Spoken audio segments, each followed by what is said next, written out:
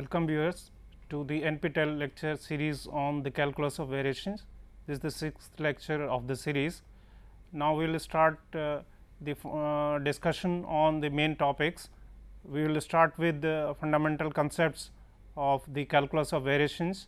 Here as we had mentioned in the first lecture that certain problems initiated the study of the calculus of variations. I would mention three main problems here. The first one was already mentioned, that was the Brachester-Krohn problem introduced by or proposed by John Bernoulli in 1696, and then subsequently there were many problems added to the discussion of the calculus of variations, like geodesics, finding of geodesics, and then isoperimetric problems and certain problems of mechanics and physics. They were formulated as optimization problems, that means finding minimal or maximal values of certain functionals. So, here I would mention here three main problems which initiated the study of the calculus of variations. The first one is here finding the length of a function, like you have in the x y plane, and there are 2 points A and B, and a curve joining a smooth curve joining this. We know that the length of this curve is the functional, that is square root of integral over, let us say this is the point x 1 and y 1 here, x 1 x 2, and this is the point x 1 y 1 and x 2 y 2, and so we need to find this integral x 1 to x 2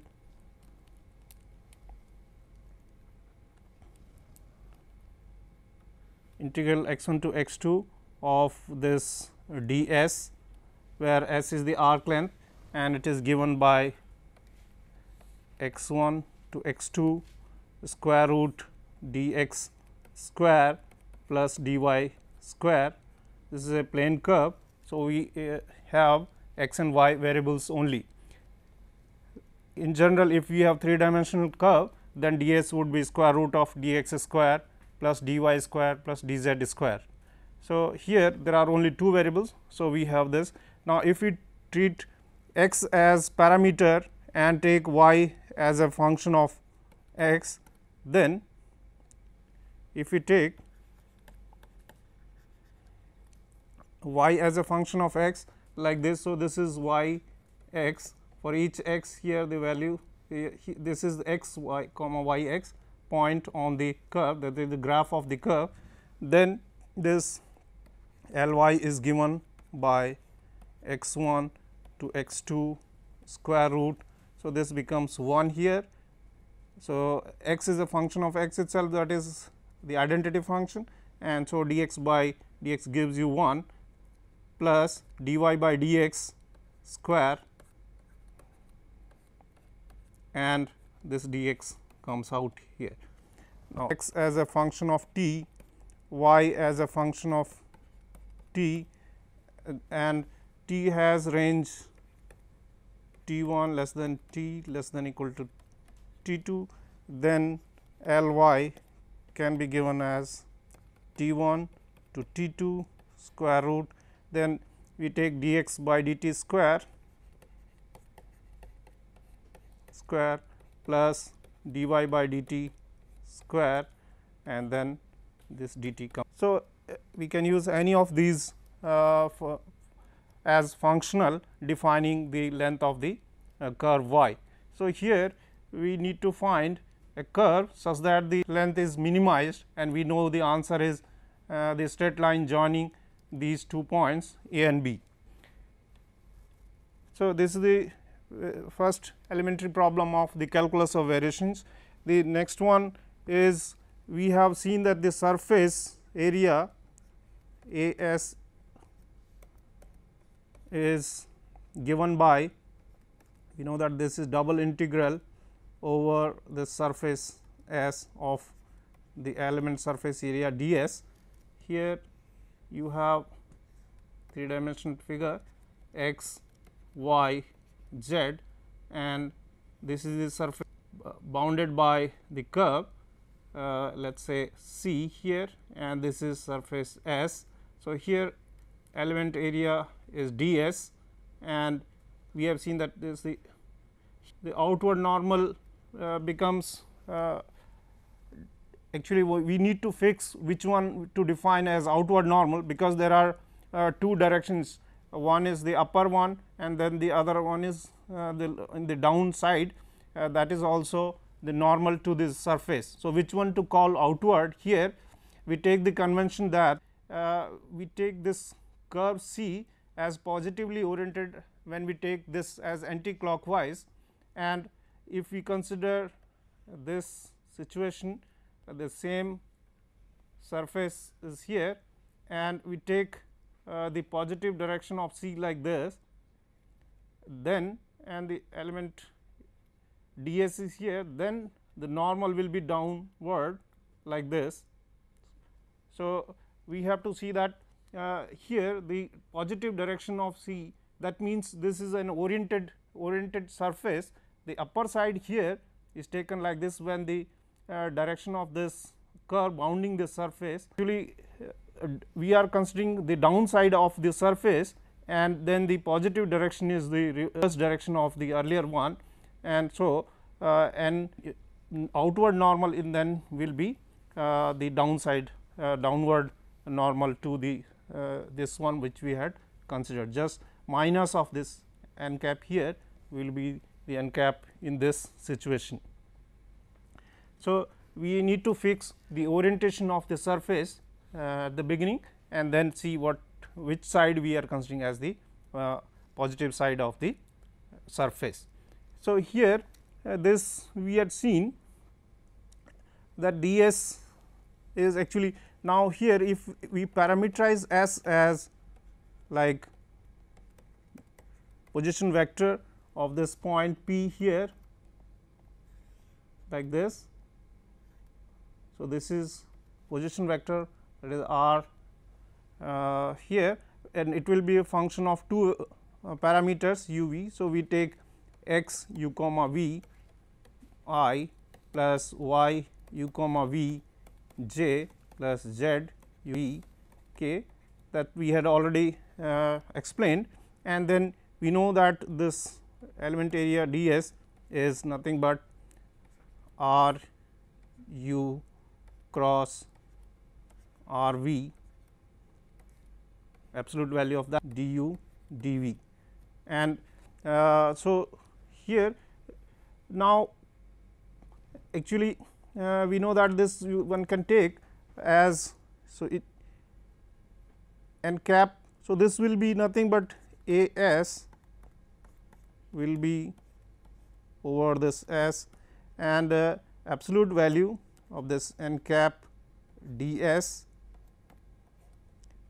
So, this is what we have as d s.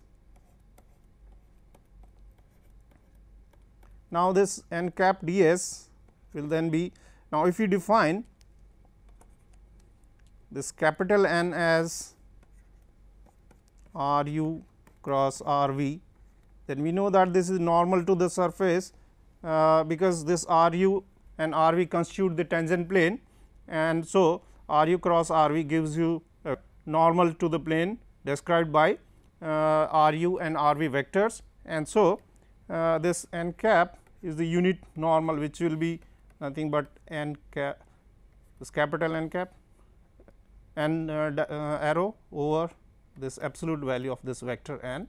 So, that is what will be the unit vector in the direction of the outward normal, and so we can see that then this capital N will be given by n cap absolute value of capital N, and so therefore, this A s can be seen that the surface area will be here will be given in the projected one.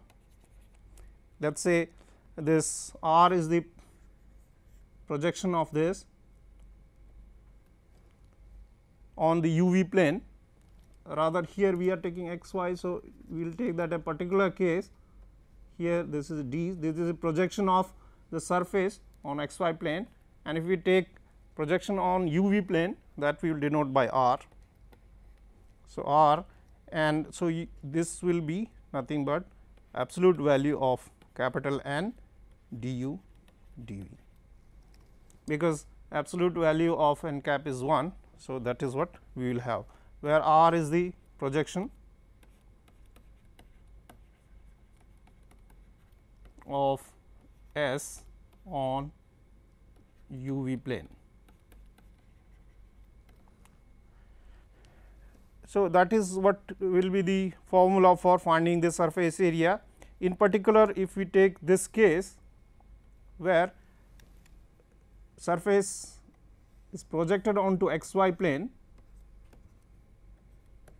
So, this is the surface and it is projected on this x y plane like this D, this is the surface S, and so in this case, in this special case, our position vector r is given as x I plus y j and plus let us say this surface is given by z as function of x y. For each x y here, this gives you the point this p here, which is x y and z x y like this, which we have already described earlier. So, this will be the position vector in this special case.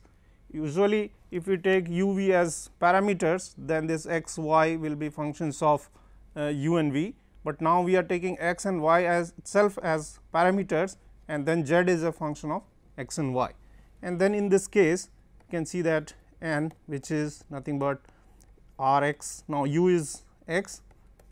So, r x cross r y and v is y here. So, this is nothing but I plus z x k cross product j plus z y k. So, this is the nothing but I j k and 1 0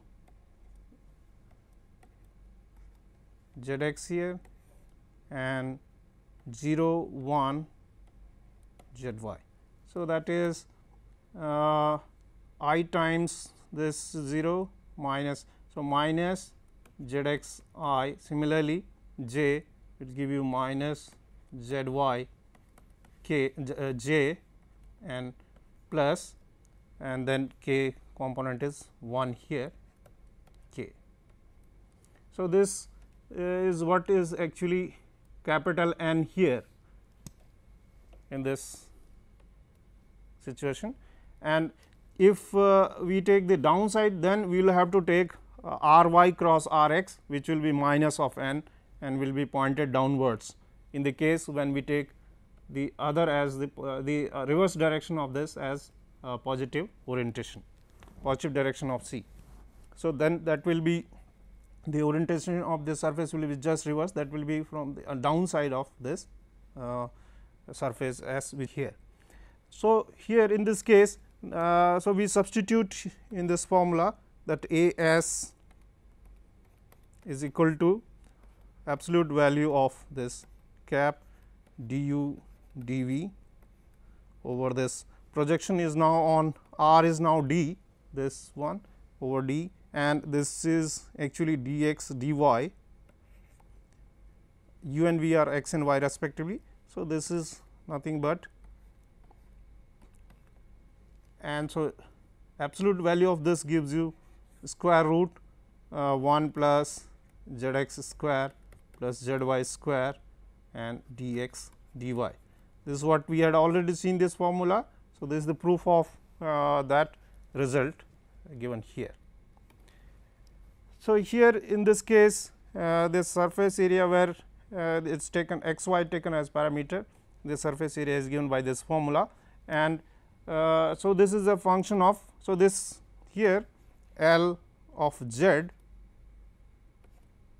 you can take like this, square root 1 plus z x square plus z y square dx dy.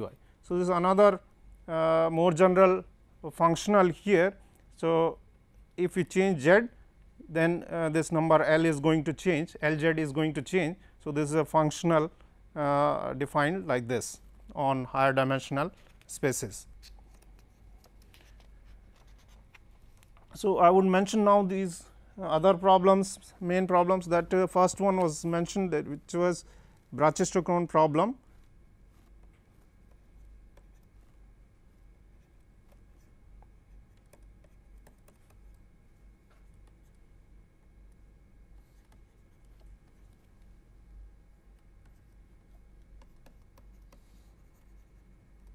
Which was described earlier. It is in the vertical plane, you have to take. So, we take this one point A as the origin itself and the other point B like this, and here we join this by a smooth curve, this y. So, this is x axis, this is y axis, and we take this point as the shifted to the origin itself, and so this is the curve y x, and the point is sliding under gravity. So, we need to find the time, which we have already seen that this time t will be given by, which will be a function of y, and it is integral x 1 to x 2. So, here anyway x 1 is 0. So, 0 to let us say 0 to some x 1 here, and this will be d s over v, and so we will have this 0 to x 1 d s. We know that it is square root 1 plus y prime square d x, and v here. Now, this v is, we know that v square equal to u square plus twice g h. So, u is 0 because it is dropped from here, there is no force applied here, initially it is just at rest. So, u can be, u will be 0, and so that we can see that using this formula we see that v, this v is actually root 2 g y, h height is actually taken now as y. So, substituting it here, we see that t y comes out to be 0 to x 1 square root 1 plus y prime square d x over root 1, we can take this constant out, root 2 g, and the whole like this y.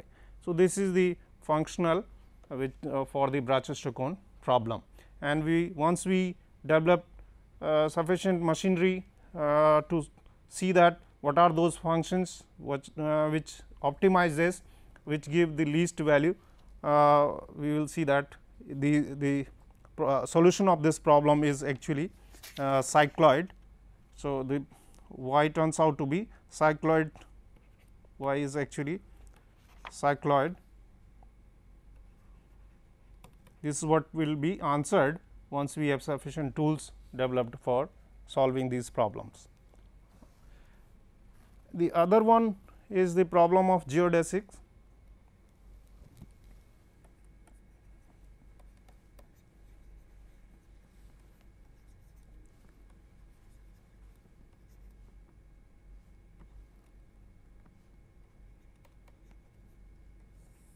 This is the generalization of this problem. Here in this we have plane surface here, the plane x y, and there are 2 points, and we want to find the minimal length joining these 2 points, and we see that in this case answer will be straight line, but in the more general problem like this,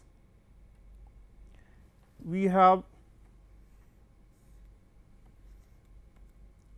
for example, here the surface S is like this, its projection is D here in this case,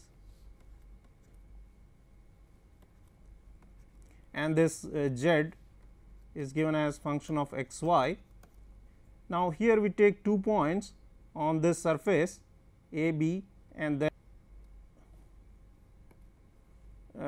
the curves joining this on this surface.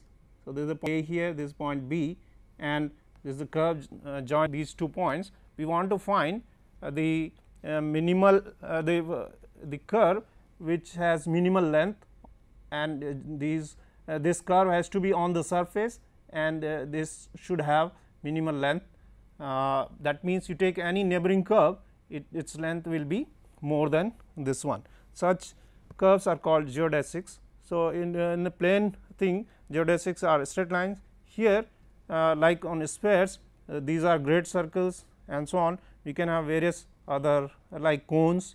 On that also there are nice geodesics, which we will be discussing in subsequent lectures.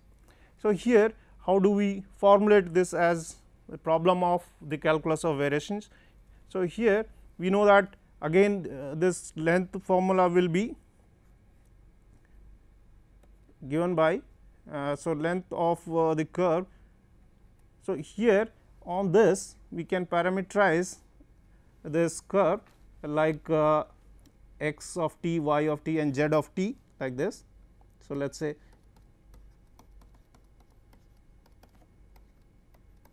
and z as, and t has the range between t 1 to t 2. So, that is what will be parametrically this curve will be described by these 3 equations, and so then L will be given by t 1 to t 2 here d s, and that is t 1 to t 2 square root d x square plus d y square plus d z square. And so, in terms of parameters t 1 to t 2, so d x by d t square plus d y by d t square plus d z by d t square d t, and then these x y z must satisfy this. Z t must be z of x t y t like this, and so from this d z by d t must be z x partial derivative with respect to x, and then d x by d t z y d y by d t. So, like this. So, here there is a restriction that these points x y z must lie on the surface, and that will be described by this equation. And so, we can substitute it here, and so this L can be given as, so this will be a function of z anyway, and so t 1 to t 2. Here we will write short notations like x dot, dot means d x by d t, x dot square plus y dot square plus z dot square is this z x x dot plus z y y dot square root d t, and these z is again. So, z x, since z is a function of x y, so z x and z y are also functions of x y. So, this is like t 1 to t 2 and square root of, so some functional like this of you have x y x dot y dot d t. Here t is not appearing explicitly, but in certain t may appear explicitly. So, this is more general case which we had considered. We had considered only like this x 1 to x 2 f x y y dash dx. Here there are more dependent variables y, t is independent here.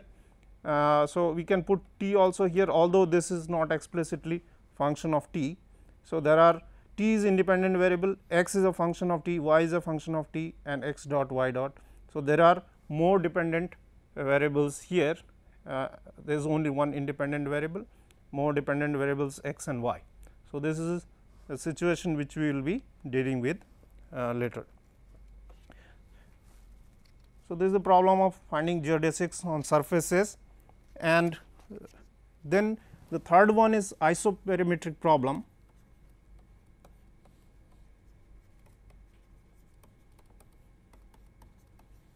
Which was mentioned earlier. So, this was considered in ancient time by Greeks, where areas of certain surfaces were to be found such that their boundaries are of fixed length. So, that is what is known as isoperimetric problem. Iso means same, perimeter, their perimeters should be same. So, here you have situation like this, certain curve is given of fixed length and this is the area here. So, this is the domain D, let us say in x y plane, and this C is having fixed length. So, we need to optimize this area of D such that the length of C does not change. So, that is what is isoperimetric problem. We know the answer is disk here, D has to be. So, this C has to be a circle and D has to be the inside area of that means it is a disk, and so that is the answer which we will be getting when we have sufficient tools to study these problems. So, here how would you pose this? We have seen that this area can be given, area of D, by using that Green's theorem result.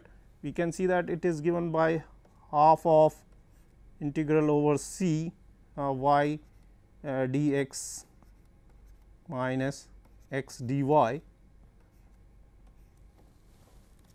like this. So, here and this length is fixed here C. So, what we again take this as a C as a parametric thing. So, with this we will, if we take x as function of t, y as function of t, then this area of D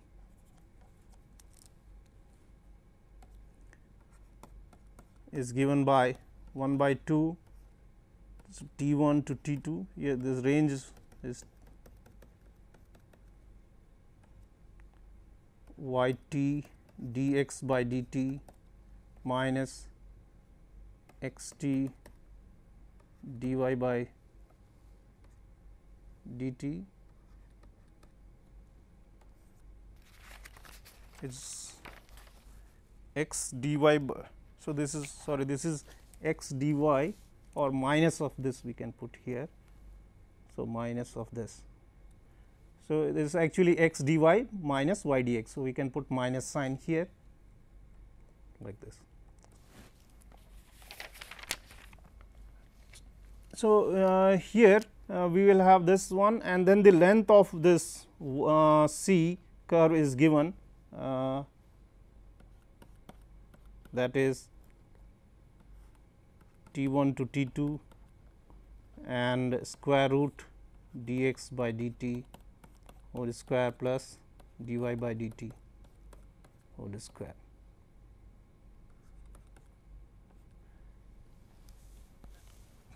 So, this is what is to be done here, and so we use here Lagrange's method of multipliers, and so we can take the functional like this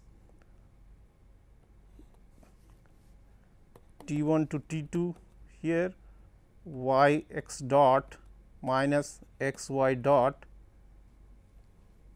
minus of this. So, let us put that minus sign inside. So, x y dot minus y x dot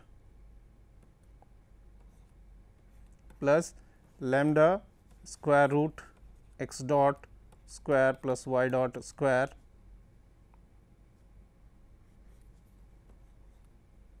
and dt.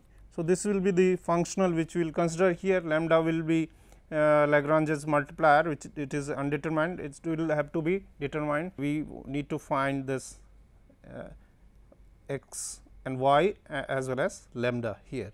So, this can be taken as a functional f here, and again you have only t is not appearing explicitly, f as a function of lambda also is there, x y x dot y dot dt.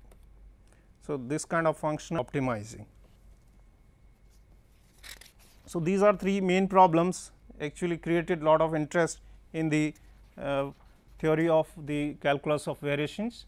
And so, here now what are the tools which we use in order to see that to answer these questions, what are those curves we optimize, which optimize these functionals. So, here we need to find certain conditions which are known as necessary conditions. It is an Euler equation actually known as Euler's condition, which is to be satisfied by that. So, that is what we will be deriving in these lectures. And so, let us first understand how we are going to consider the variations of these functions here. Now, first let us see that how we do it in case of functions. So, here we have a function f on that interval, let us say a b to r, and so this is the case here, a b and function is like this, and around x we can see that such that x plus delta x is also in that interval. So, x and x plus delta x being in this a plus a comma b in this interval. So, then f of x plus delta x minus f of x should be, if this function is differentiable, then we say that this has to be like this, a delta x plus some beta which is a function of x delta x times delta x. So, here so we consider here a function f from a comma b to r, and this is the situation here, this is a b and x is an interior point here, and x plus delta x is also in that interval. So, delta x is the increment in x. So, if f is differentiable, then we in fact f is differentiable if and only if the following holds, that f of x plus delta x minus f of x is a times delta x. A is a constant here, not a function of x or delta x, and plus this term beta x comma delta x delta x. Here this beta x delta x, this tends to 0 as delta x tends to 0. So, we can see that if we divide by delta x, so we know that f of x plus delta x minus f of x divided by delta x, it gives you a plus beta x delta x, and this goes to a as delta x tends to 0. So, clearly then a has to be f prime x. So, this is the linear part in the increment here. See, f x is this delta x is the increment in x, and this is delta f given by f of x plus delta x minus f x. So, this increment in f is actually a times delta x plus beta x comma delta x delta x. This function beta is assumed to satisfy this condition. So, f is differentiable if and only if this holds. This is let us say 6.1. So, 6.1 holds if and only if f is differentiable, and we can see that we divide by this delta x here. So, this delta f by delta x is equal to this, and this tends to a as delta x tends to 0. Therefore, we know that this is used for derivative f prime. So, it follows that A has f prime x. And so, here this part is called linear part in the increment, because it is linear in delta x. So, and that, so this A, or rather, so therefore, this delta f is actually f prime x delta x plus beta x comma delta x delta x. Here this is the linear part in the increment,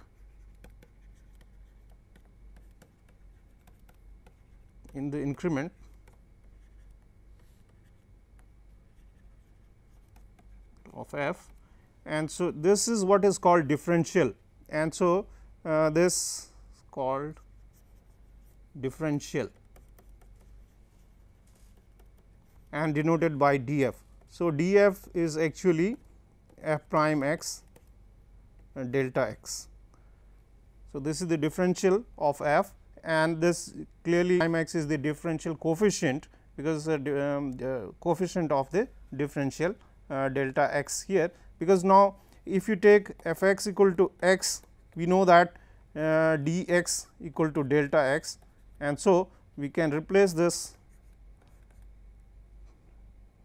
If we take this, then dx is equal to delta x. For this independent variable, this increment is same thing as differential, and so df equal to f prime x dx.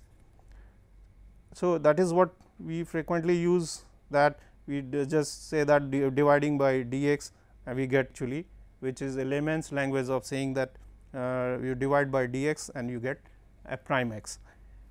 So, but in the case of two variables, what happens that if you have f as a function of R 2, or rather a domain in R 2 to R, and then you take any point x y in x y and x plus delta x, y plus delta y, these points in D, then f of x plus delta x. So, delta f here again comma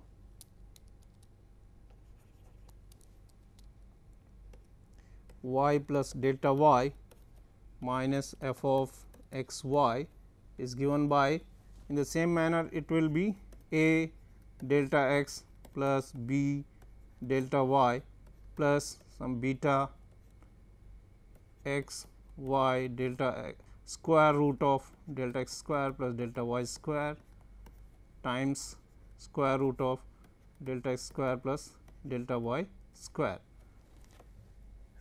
such that this beta x y square root delta x square plus delta y square goes to 0, as square root this delta x square plus delta y square goes to 0.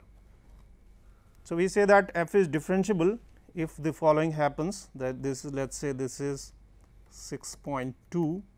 So, 6.2 holds if and only if f is differentiable, and we can again see that if we divide by delta x and fix delta y, we do not change delta y, only delta x is changing and delta x tends to 0. Then if we consider this like this, delta x,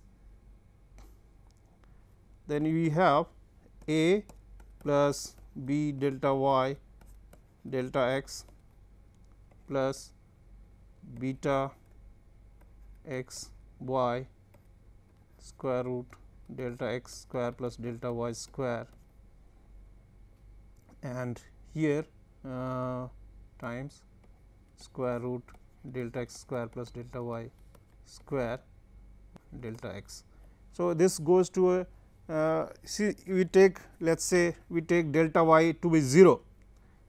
So, take delta y to be 0, then we see that delta f over delta x is a plus beta x y delta x, and then like this, and you have, so this goes to 0, this goes to a as delta x tends to 0, which is the particular case because delta y we have taken 0 here. So, this condition will be satisfied and so this is what is actually. So, a now this is nothing but del f by del x, the partial del. So, a has to be then this goes to in the limit of delta x tending to 0. Okay. So, let me put it here.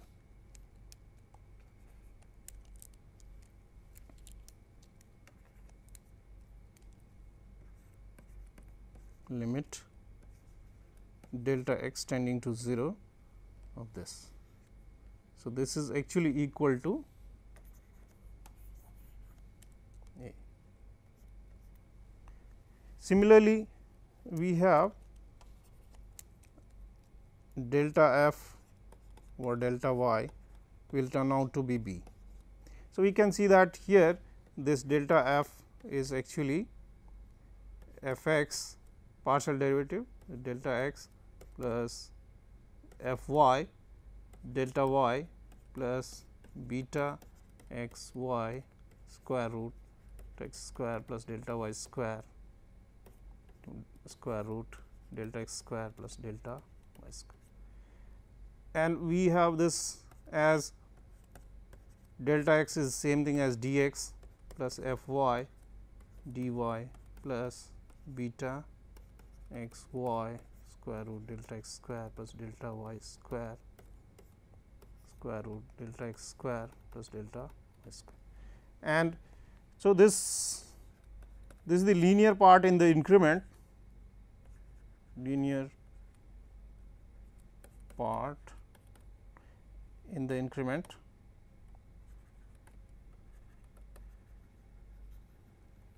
Because this is linear in this delta x, which is nothing but dx, delta y, these are independent variables and therefore, delta x will be same thing as dx, which we have seen, and delta y will be dy here, and so this df will be given. So, that linear part is called the differential,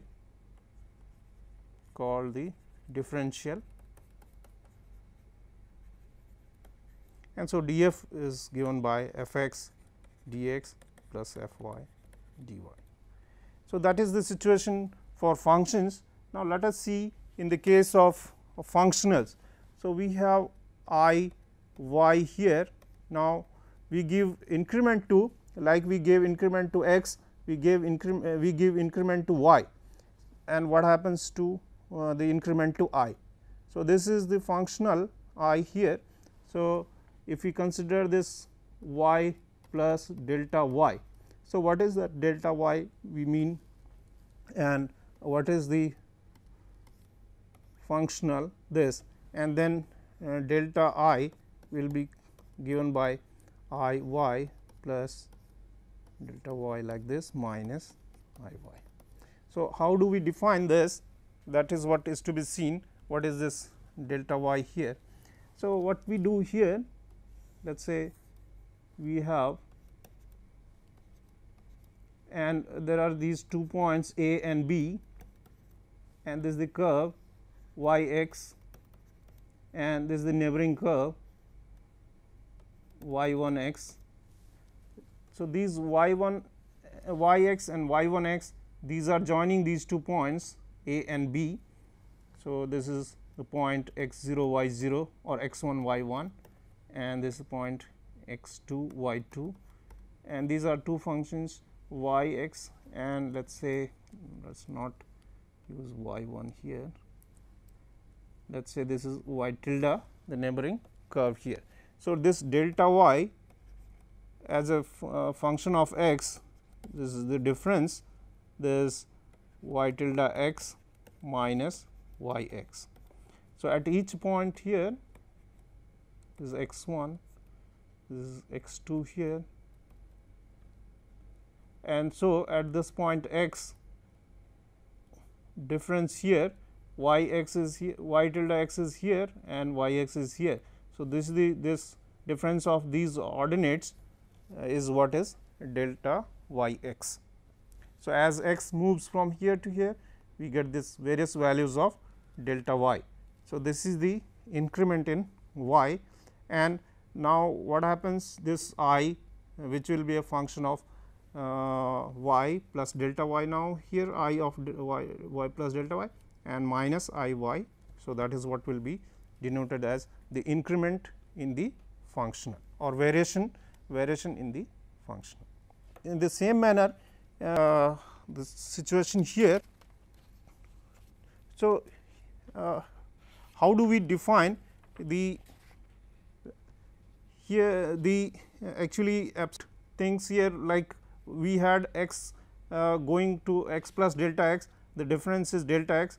Now, here we have seen that this delta y is there, we are saying that this y tilde x is near to this in what sense, that is what is to be made precise here, because this functional x 1 to x 2, here you have f x y x and y prime x.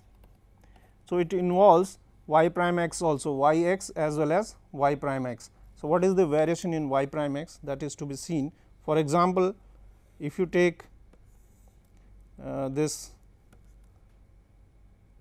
situation, that this is point A and B. Now, these two curves like this, if you consider, or this the other one,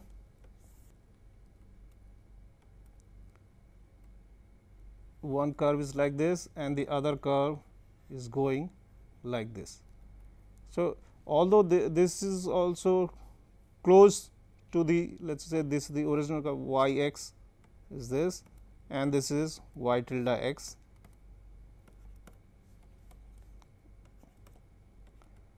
So, y x is the straight one, this one is y x and the curved one is y tilde x. So, we see that though this delta y x is y tilde x minus y x here, and in this case also we will have delta y x will be the same thing here, and so we see that here the variation will be too much in the derivative.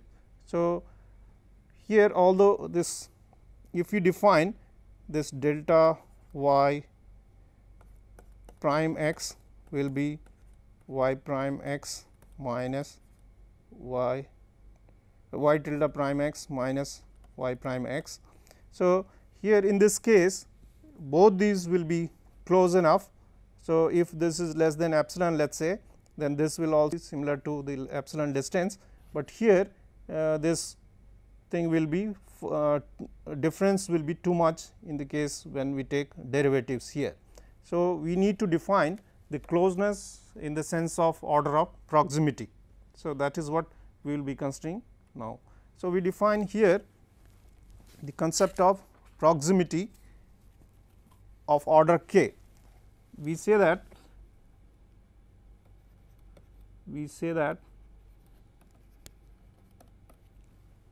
y tilde x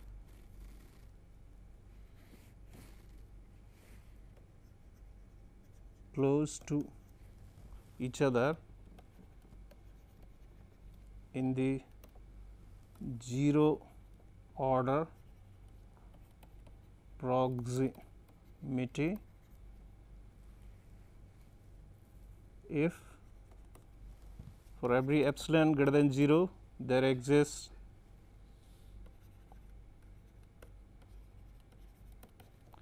delta greater than 0, such that if x minus x dash. So, here this, or let me write, okay. So, this y x, absolute value of this y tilde x minus y x then epsilon provided here. Okay. So, this is called epsilon order of proximity. If for every epsilon there we say that y x and are close to epsilon to epsilon close rather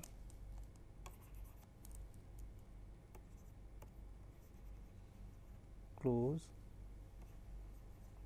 to each other in 0 order of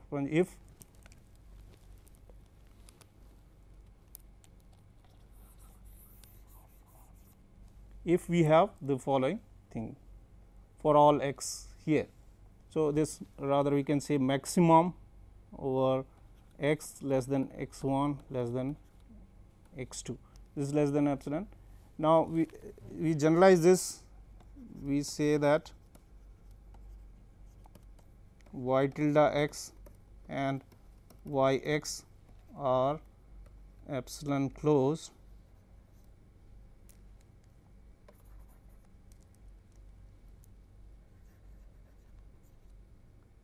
to each other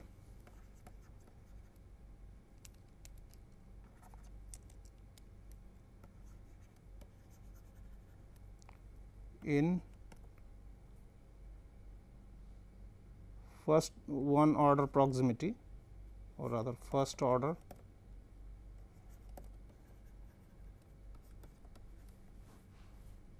proximity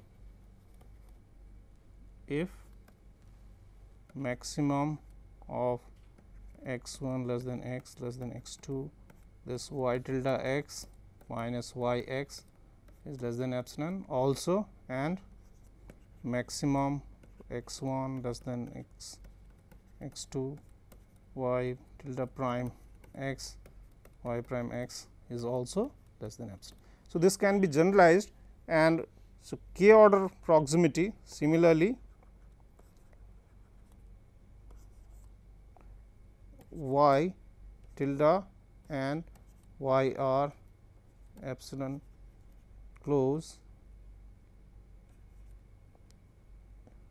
in kth order proximity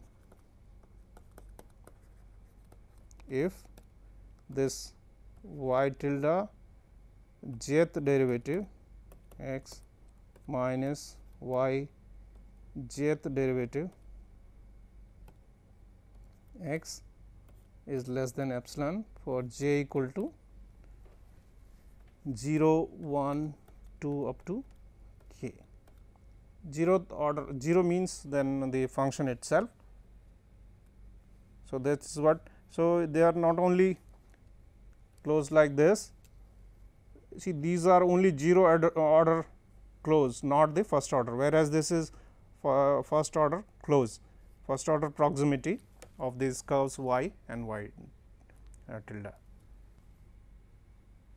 So, like this we will be considering the various concepts continuity and differentiability as we consider the for functions. We will be defining the variations of functionals in the next lecture. Thank you very much for viewing this.